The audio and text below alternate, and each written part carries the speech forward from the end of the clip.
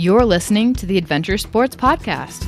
We talk with adventurers from around the globe to give you the inspiration you need to get started in the outdoors or keep moving if you're already there. Now here's your host, Kurt Linville. Hi friends, welcome to the Adventure Sports Podcast today. Hey, this is going to be a fantastic episode that I think is going to help so many people. From time to time, I like to do a health-oriented episode so that maybe you can learn something that will help you to be fit enough, able-bodied enough, strong enough, happy enough to be able to live that adventure-focused lifestyle that is so rewarding. So today is one of those episodes. Our guest is Jani Wedmore Pulaski, and let me give you the backstory. Jani has lived an adventurous life. She grew up in the Gunnison Valley, and the Gunnison Valley, I've said before, but if you don't know, it's really unique in that there are just so many outdoor adventure athletes here. There are many Olympians who you don't know that they've been to the Olympics or that they're headed to the Olympics until you sit down, and have dinner with them, and then you find out. Or what the part that's funny for me, though, is there's so many athletes in the Valley who could be Olympians who haven't chosen that lifestyle, and they keep up with all the Olympians. So the Valley is full of strong, adventurous people who love to do things in the outdoors, and it can be water sports, it can be mountain biking, it can be skiing sports, winter sports, endurance sports of all types. Well, Jani grew up in that climate, and she was a very adventurous lady and continues to be. Some of the sports that she enjoyed over the years include ski racing, sailing on Blue Mesa, backcountry skiing, rowing, and more recently, she's been doing quite a bit of ice skating, meaning skating on the frozen reservoir. It's just kind of amazing to think about how far you can go on that kind of ice. But we'll get into some of that. But what we're really here for today is to talk about what Jani has done to help all of these athletes over the years to be able to enjoy their sport and continue to do their sport, to recover from injury, and to take their health into their own hands and be successful with that. So Jani, I know that was a long introduction, but welcome to the program. Thank you so much, Kurt, for having me. Jani, you have a very unique perspective, I think, because you have interacted with so many really adventurous and athletic people over the years and done so much to encourage them and help them along the way. You do coaching as in life coaching, but you also learned how to do rolfing, and you've had a business doing rolfing for years, and that's one of the ways that you physically help the athletes. But now you've created a program where people can kind of do self-rolfing. You teach them how to do it, and it's an amazing program called Back in Action Method, which I'm sure we're going to talk about. It helped me more than anything I've ever done. And it really changed my life. And so I'm an absolute fan. But before we dive into that, we'll get back to it. You just mentioned to me before I hit record that a lot of what shaped your life as a healer, and that's what I'm going to call you because you're a healer, was actually a reaction to a vaccine when you were 2 years old. Yes, in preparing for this, I was trying to think of all the reasons that I became interested in helping people and healing, and that it actually started when I was 2. I was injured by a vaccine and was crippled for 8 months. So I was old enough to learn how to walk, and then I lost the ability to walk for 8 months. And then through time, and in those days, they didn't treat me in any other way but by packing my body in ice to reduce the swelling from going to my brain. And I learned how to walk again. But unfortunately, that whole experience caused pretty severe scoliosis. So even though this was before they were testing in 6th, 7th, 8th grade, I was an athlete. I was a skier, and I was pretty agile on the trampoline, and I sailed and water skied, and also I was a equestrian jumper. So one of the things that always happened was I would lose my right stirrup, and my trainer would notice, my parents would notice, but nobody put it together that I had leg length discrepancy. Oh, wow. So as a child, I didn't have that much pain. And then I actually became a ski racer in college and did pretty well. But again, this discrepancy showed up in gaits, and I was just not balanced. And after college, I moved to Crested Butte, and I was a ski instructor, and I also became a kitchen designer. And unfortunately, I was lifting some very, very heavy granite tiles to a job, and I injured myself, which threw my sacrum out, which I didn't know. But all the scoliosis patterning had set me up for that injury. And then I had chronic sciatica for 4 years. It was actually rolfing that saved my life. And so I went to Boulder to get rolfed by a very good friend of mine. And by session 2, I started to notice, which the session 2 is your feet, that there was a possibility that I wasn't going to live the rest of my life in pain. And so rolfing, I quit kitchen design and started rolfing training, and I became a certified rolfer in 1997.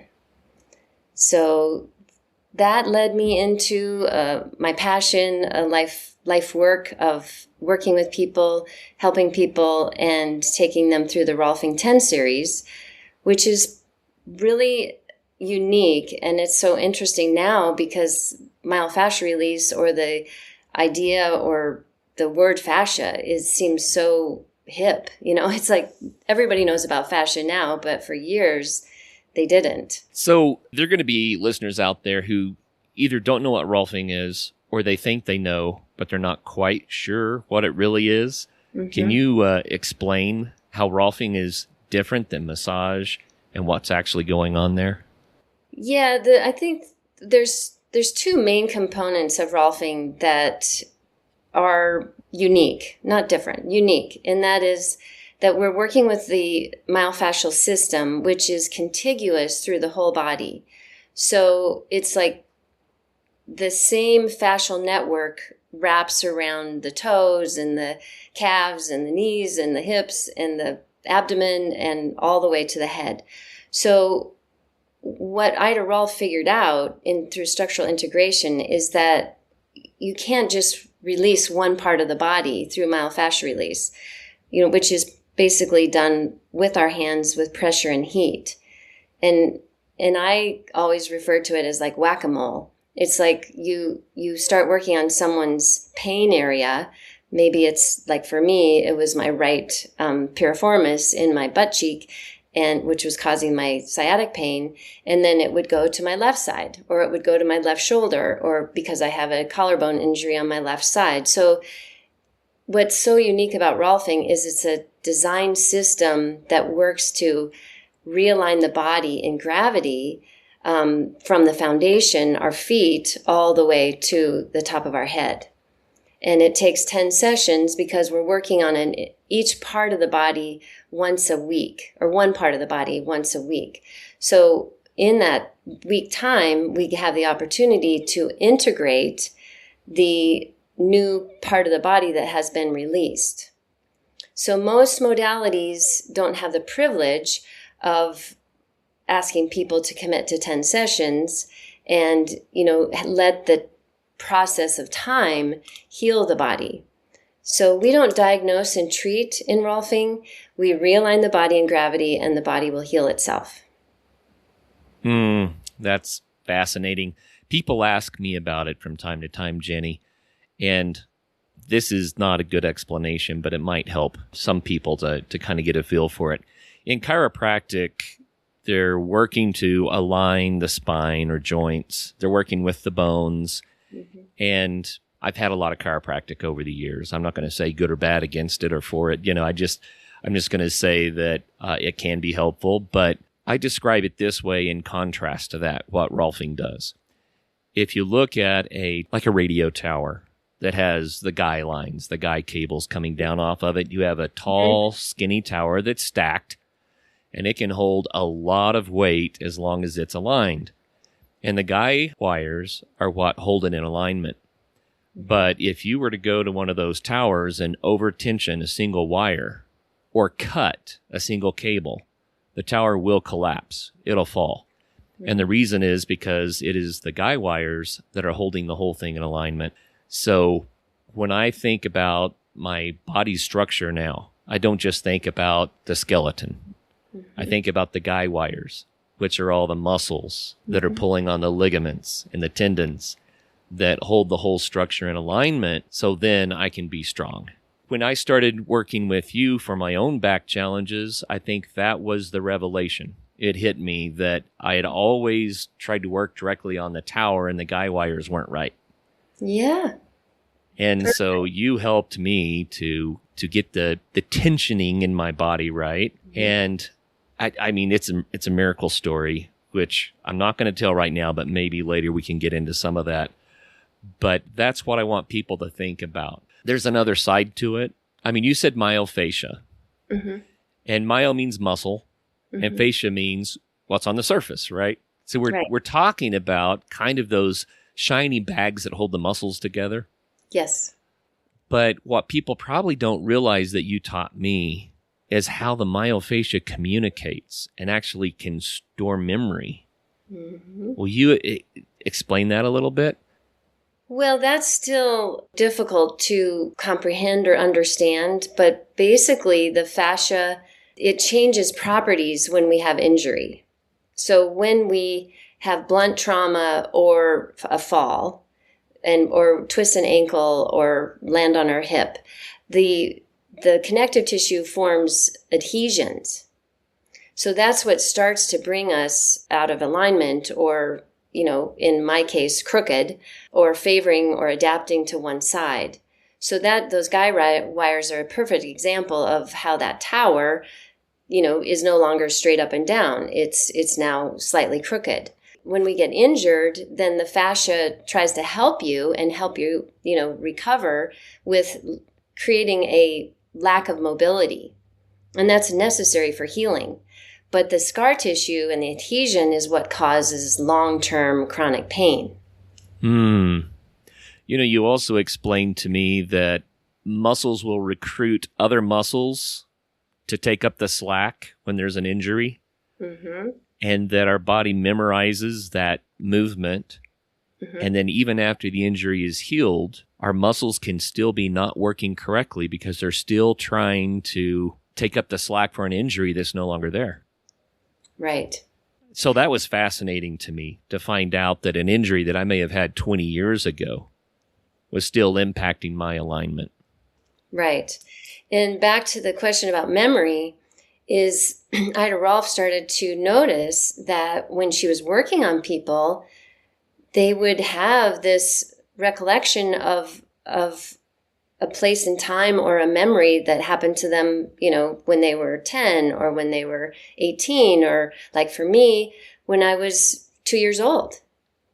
And so that is the profound realization that she was trying her whole profession to prove. And, now I think it's more accepted. What happened to her is, fortunately, she ended up in California at Esalen Institute and got to work with Fritz Perls in the humanistic psychology and the human potential movement. And what he was finding is that people who got Rolfed had better recovery in psychotherapy. Wow.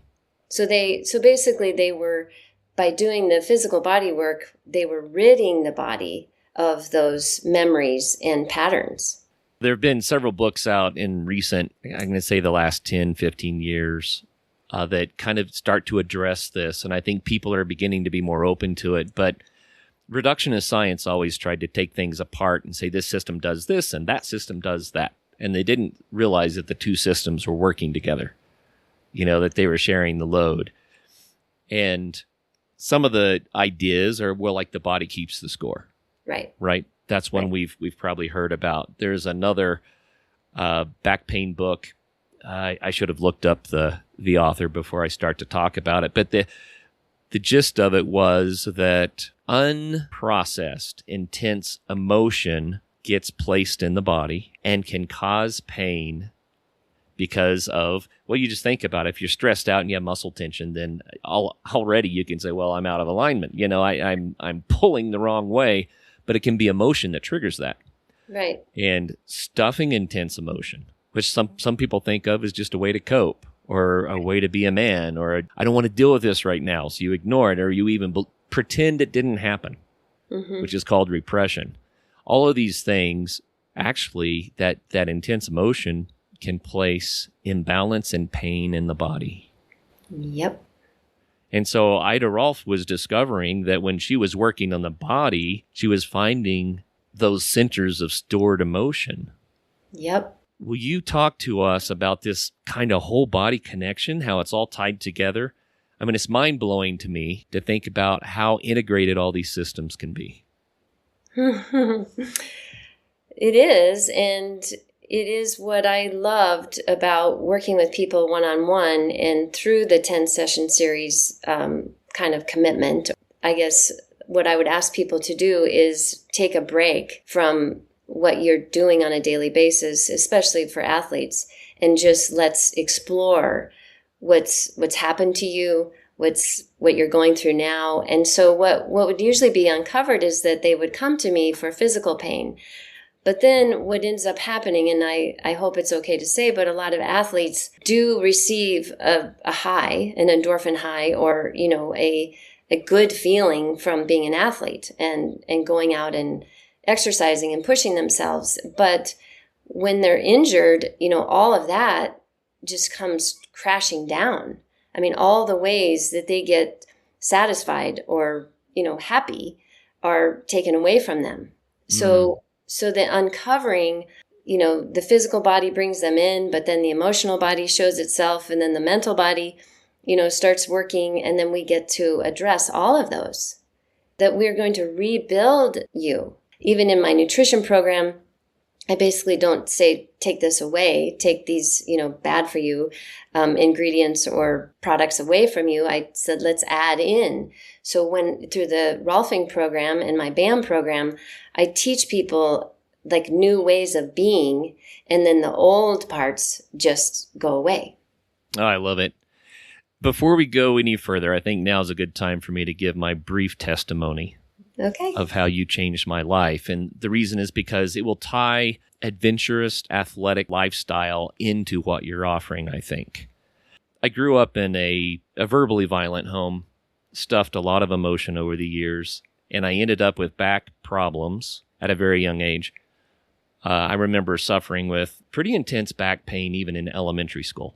And there are other parts of my body that had various injuries, and I think that's going to be something that's common for a lot of people. They're going to say, yeah, I remember this used to hurt, and then that hurt, and then I tried this, and I tried that. Well, I have a life history of that. By the time I was in college, I was wearing back braces, going to chiropractors, doing everything I could to try to reduce the pain so I could just get through. And it was extraordinarily difficult to sit through a 50-minute class because the pain was so intense, just to kind of lay the groundwork. And I was always very, very adventurous. And at a young age, I thought it was great to see how high of surfaces I could jump off of, jumping out of barns, jumping out of trees. I just wanted to see, how high I could drop and not get hurt. Very bad idea, right? Mm-hmm. And I used to think, I want to see how tough I am. So I would try to run. And when my body started to hurt, I would say, okay, I wonder how much I can muscle through until I ended up with stress fractures, things like that. There was just this long list of injuries. And it all culminated finally, I guess I was about 40 when I ruptured a disc in my back. And the jelly that's inside of the disc traveled down my spinal column and lodged against a nerve. And it made me about 80 or 90% paralyzed in one leg. And having been an adventurous guy and then not being able to use my leg, I kind of questioned if life as I knew it was over. Mm-hmm. I didn't meet you, Jani, at that point. I wish I had, because I would have a different story to tell. But when I looked into the surgical remedies, the surgeon was going to do a procedure that would have left me compromised for the rest of my life. And so I just told the surgeon I can't do it. And this is the kind of the funny part. He said, okay, if you're not going to do this surgery, you might lose your ability to use your leg. And he says, so you got to promise me that you're going to do everything you can to try to keep using it, even though it doesn't work.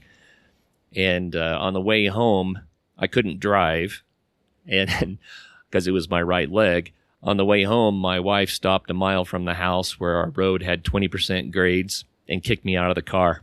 Said, walk home. And that was my life for the next year. Have you ever gone through all the hassles of getting on the plane, security, luggage, long waits at the airport, all that kind of stuff? And then when you finally arrive at your destination, not only are you worn out, but you also might feel a little bit disconnected. I know that I do when I hopscotch around the planet on a plane. That's one of the reasons why I love the great American road trips, where you get to drive from one place to another and connect all of those dots. You get to experience the changes in the terrain and the weather and the people and the communities. This is one reason that I am excited to present to you our new sponsor, Outdoorsy. Outdoorsy offers a different way to travel. With Outdoorsy, you can rent an RV or a camper and turn the drive into part of the vacation on your schedule with your people and with way more flexibility. Listen, most trips focus on getting somewhere. Outdoorsy is about the part in between.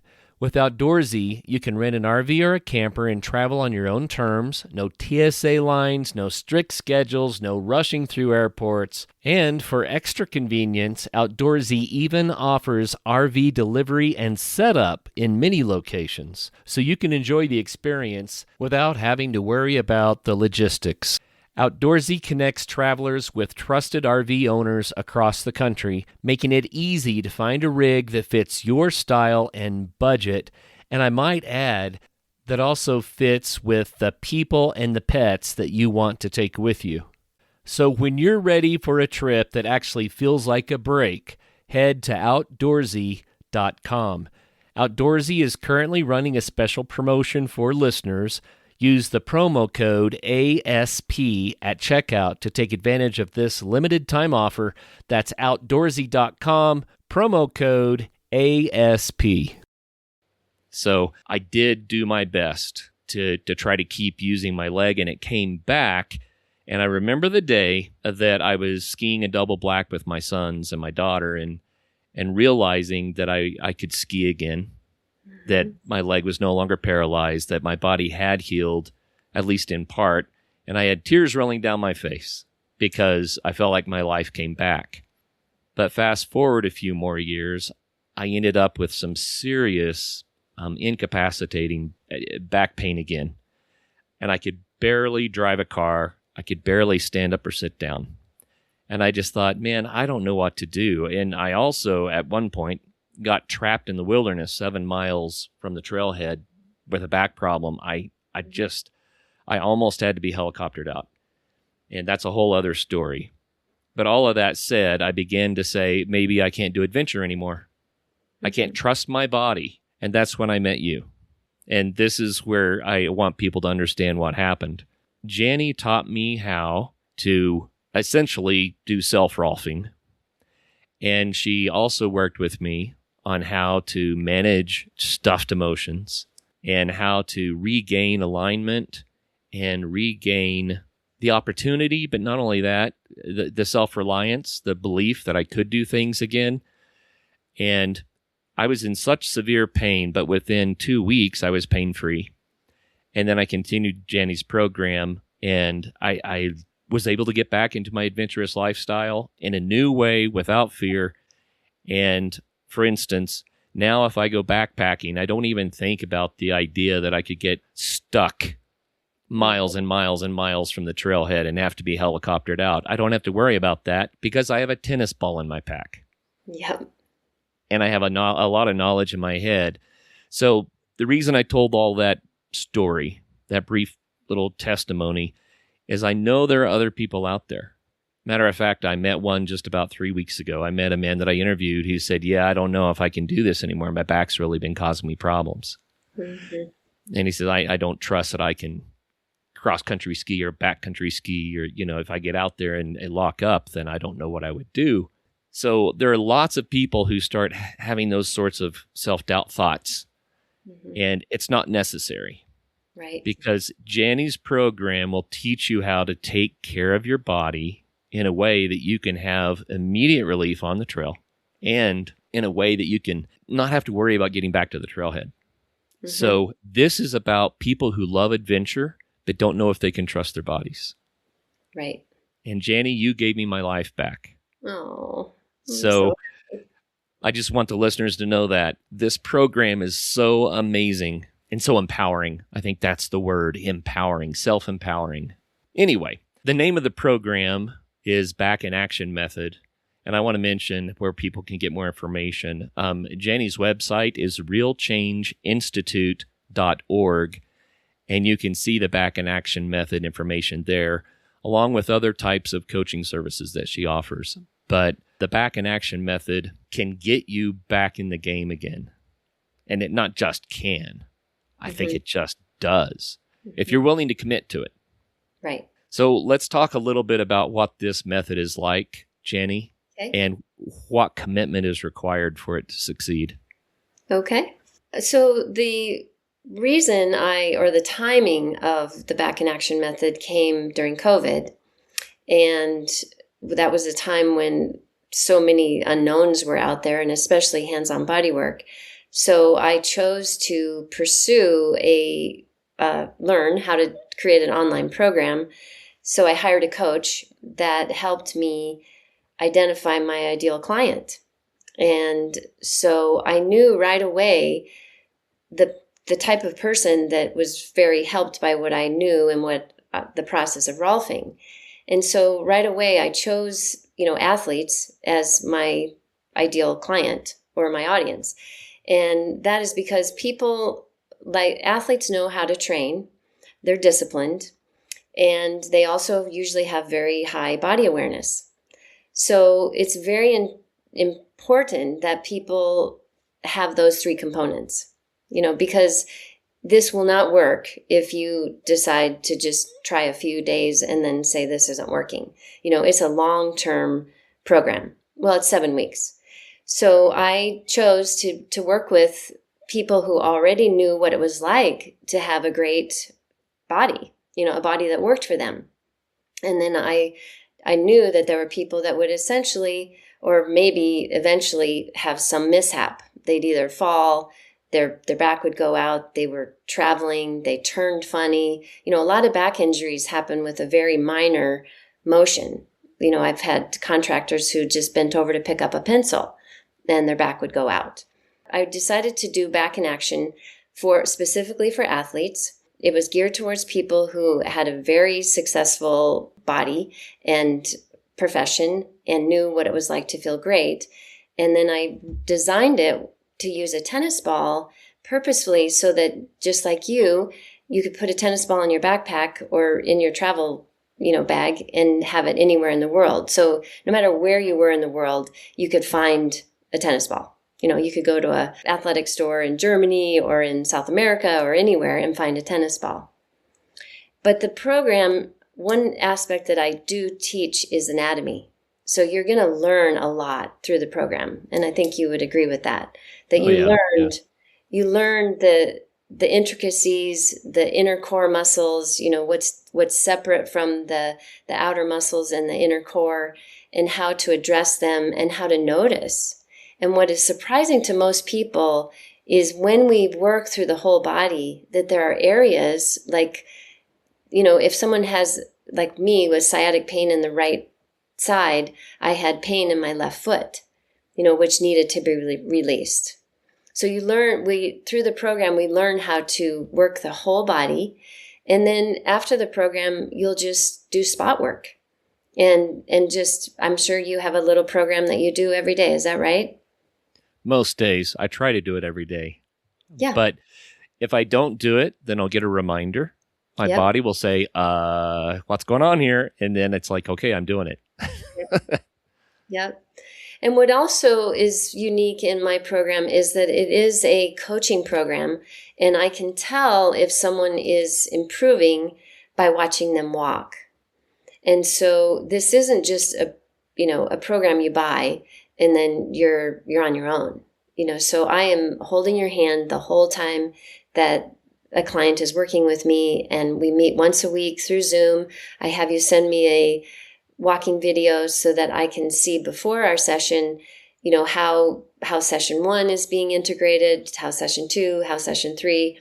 And so if any time in the program you are not presenting what I'm expecting to see, then we slow the whole thing down and we don't move on. So we can't move on and we can't move up from the foundation until everything below is starting to show balance. I want to tell one other little anecdote that I haven't shared yet. When I was climbing Kilimanjaro in January, we got to the day that we had to climb the Barranca Wall. And it's about a 700 vertical foot bluff. And you're going zigzagging up trails with large steps and a little bit of class 3 scrambling and that sort of thing. For a fit body, it's not a big deal, really. It's scenic and beautiful.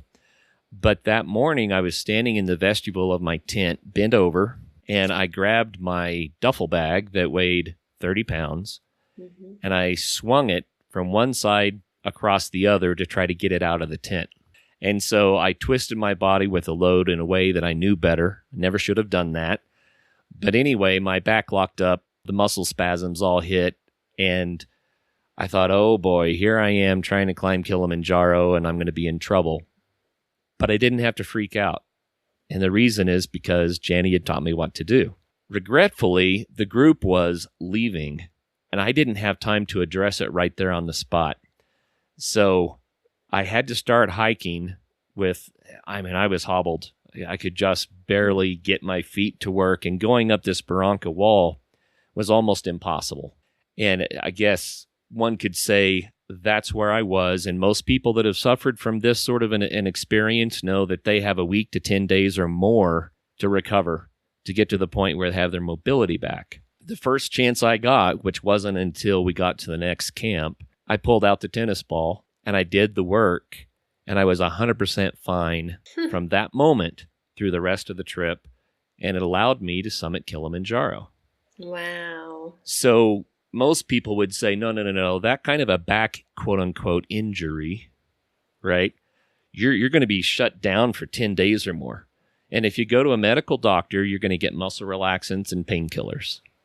Right. And you're going to have 10 days or more of laying around wishing you could move. Yep. But, I had a rough day because I couldn't do the protocol. But then when I did the protocol, I was completely fine, 100% fine. That's amazing. And I finished Kilimanjaro. So wow, that's why I don't have to worry about backpacking anymore. Yeah. Right? Because I have the tennis ball and I have what Jani taught me. Like I said, Jani, you changed my life.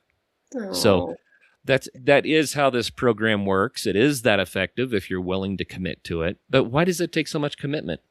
Why do people sometimes not do it? Well, I think our lives are busy. Other things have more priority.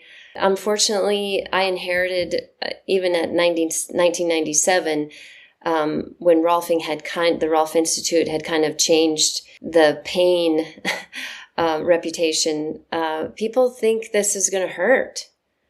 And it's just crazy that we avoid pain. We don't want to put ourselves through that, which is kind of surprising, as popular as, cold plunges and extreme things have come out now. But so I think avoiding or fearing the pain, the 7-week commitment, maybe, and also possibly vulnerability.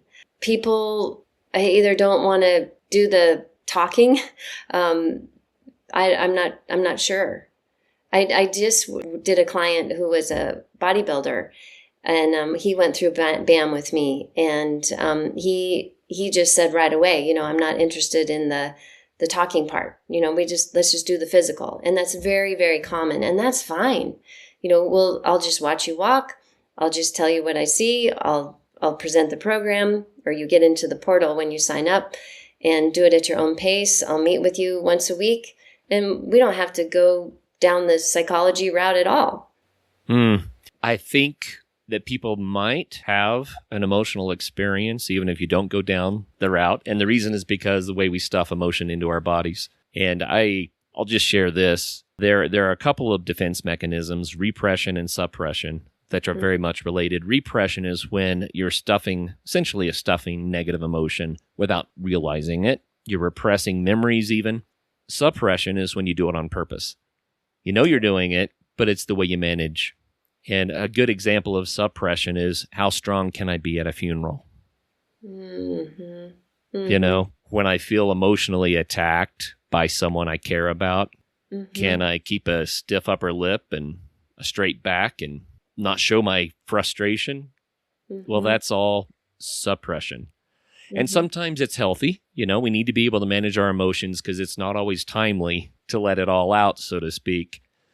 But what I found when I did your program, Jani, is that my long-term habit of suppression had put that tension in my body. And as the tension was released, the emotion came back out too. Right. And it doesn't have to be, you know, a psychotherapy cry session or anything like that, but your body's going to do what your body's going to do. And it's healing. It's healing. And you can do this stuff in your bedroom by yourself. There's no reason to be embarrassed by it. Right. Just let it happen. Right? Right. And I would like to make a pretty strong point about where I am in my life right now. And that is just that we age and that and so this doesn't necessarily have to be a program that repairs you. You know, I would love it to be a prevention program. I pretty much learned through yoga that there's 3 components of every asana, and that's balance, strength, and flexibility.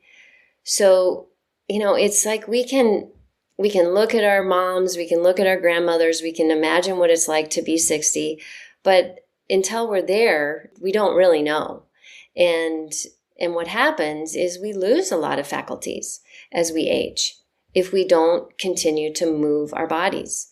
So what I'm into now is longevity, you know, not only in physical body work, but also nutrition and sleep and all the good things that we should be doing. And I've spent my whole life, my whole adult life, learning and working on myself and being a teacher, being an educator, taking people through their own challenges, even if they're not physically hurting. You know, we need to work on balance. We have to work on balance as we age. We need to work on agility. We need to work on strength. We need to work on flexibility. And that allows us to do anything. You know, even flying is a workout. You know, if you know, a lot of my friends are flying internationally, and what happens when we fly internationally? Ugh. It's hard. I just got back. It's hard. You know, it doesn't seem like it should be a hard thing to do.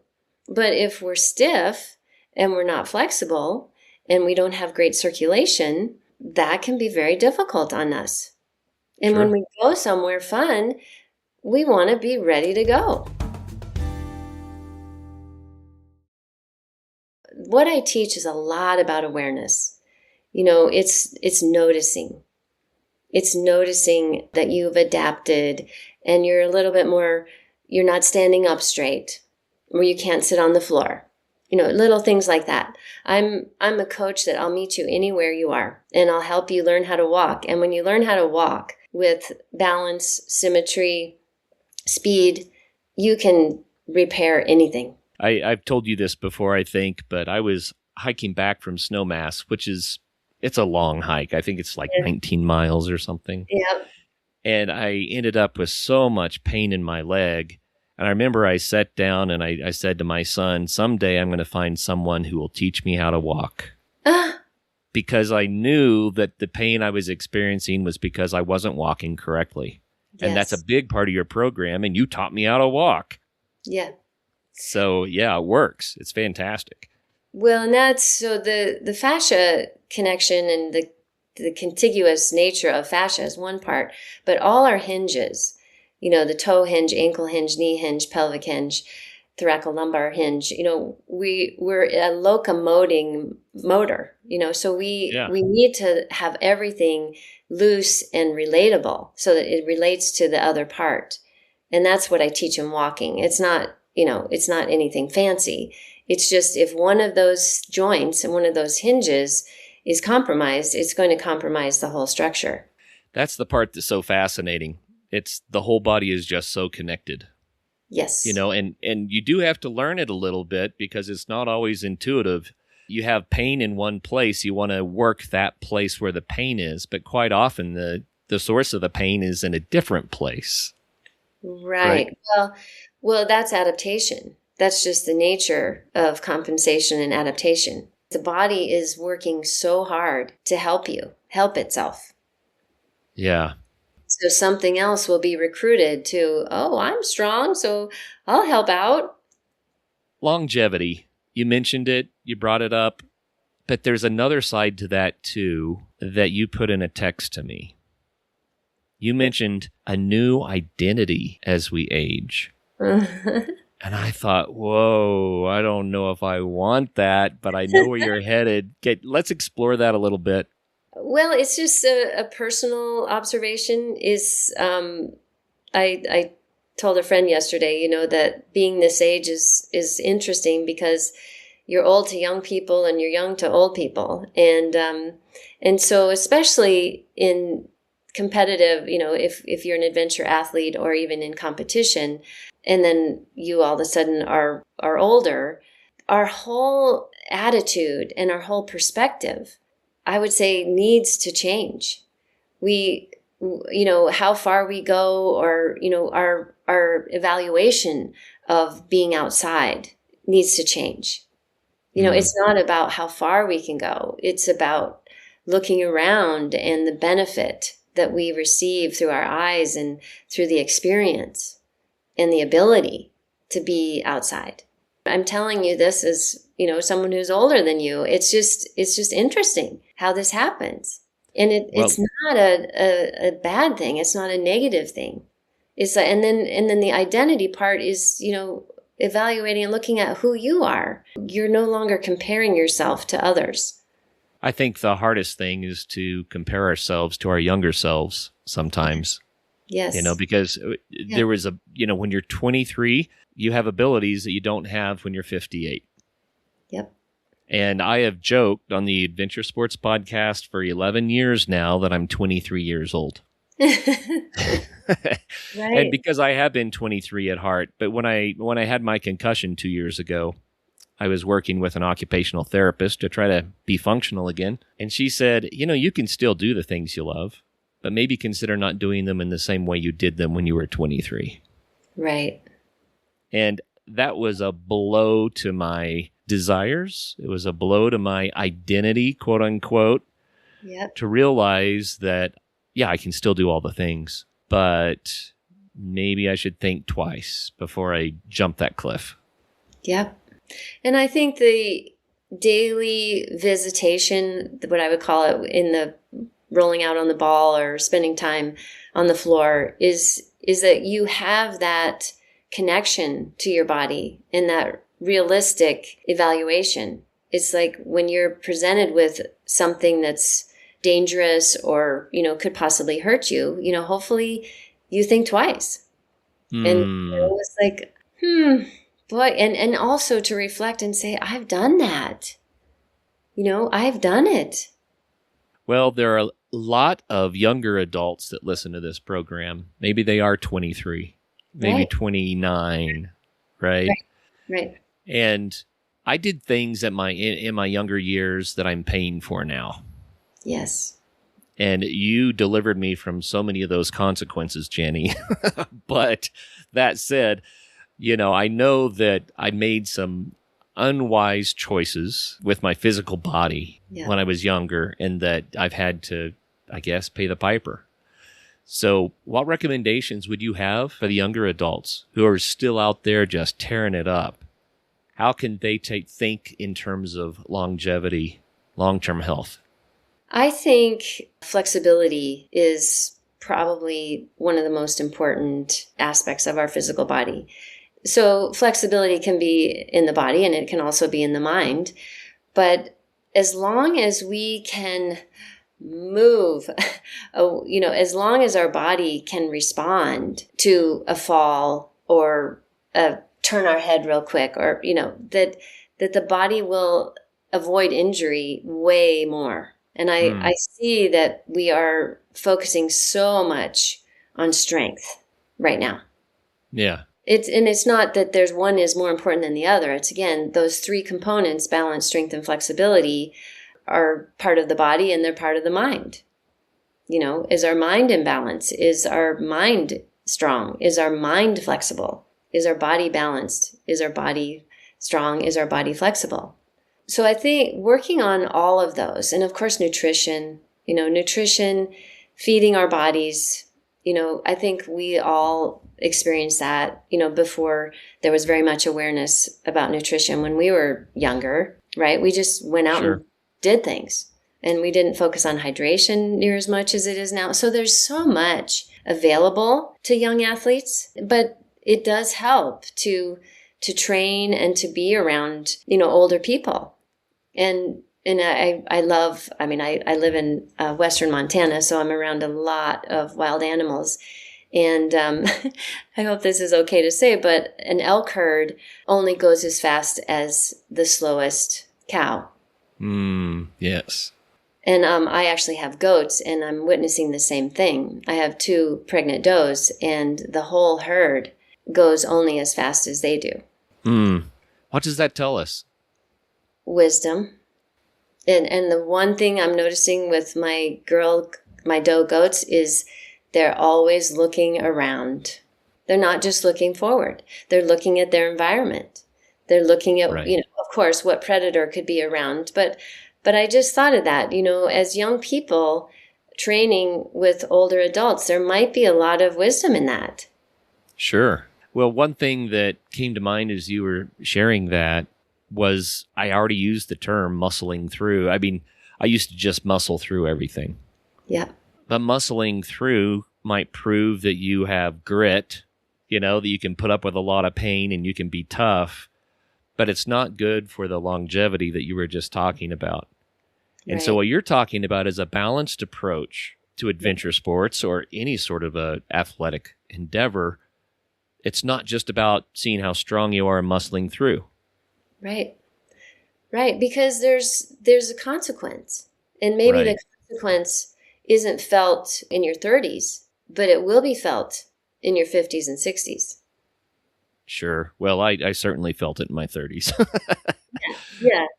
So you can benefit even in your 20s by thinking in terms of those 3 things. Right? Yeah. Flexibility, balance, and strength. Yeah. It's not just about the strength. No. And one thing I want to ask you about this, because, you are the expert rolfer, and you know what myofascial release is and how to get muscles to release and to behave.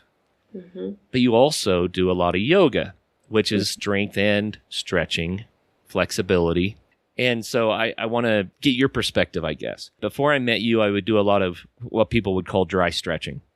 I would try to limber myself up so I could get through the day because I found that at least that gave me a little mobility back. Yeah. But I still had muscles that were being naughty and literally knotted muscles, but they were being naughty and creating this disalignment or misalignment in my body, and just doing yoga type moves and stretching wasn't fixing that. Mm-hmm. So can you comment to that? Why is it that there's a combination there that's important? So yoga, is the union or the yoke between the mind and the body. So rolfing is, our goal in rolfing is postural, in uprightness, in being upright. But most yoga or stretching programs are done on the ground, and they are done with the mind, as half of the focus. What is your mind doing? It's not just to do it, to get it over with, to get it done with. It's a visitation of what is going on in your body and its presence and awareness. Nice. So then I have always, I was a yoga teacher before I was a rolfer, and I would always say that the yoga practice is your preparation for uprightness, like what you're going to go do. Right. And I think a lot of people seem to just, we're in this society as I'm just going to do this so I can do this. I'm just get it done with. Right. And really, if our body is our friend and not our foe, that all that time, whatever we're doing, is giving our body attention. Jani, self-care is one of the most important things that you taught me. I always tried to be healthy, but I never took the time to actually care for myself.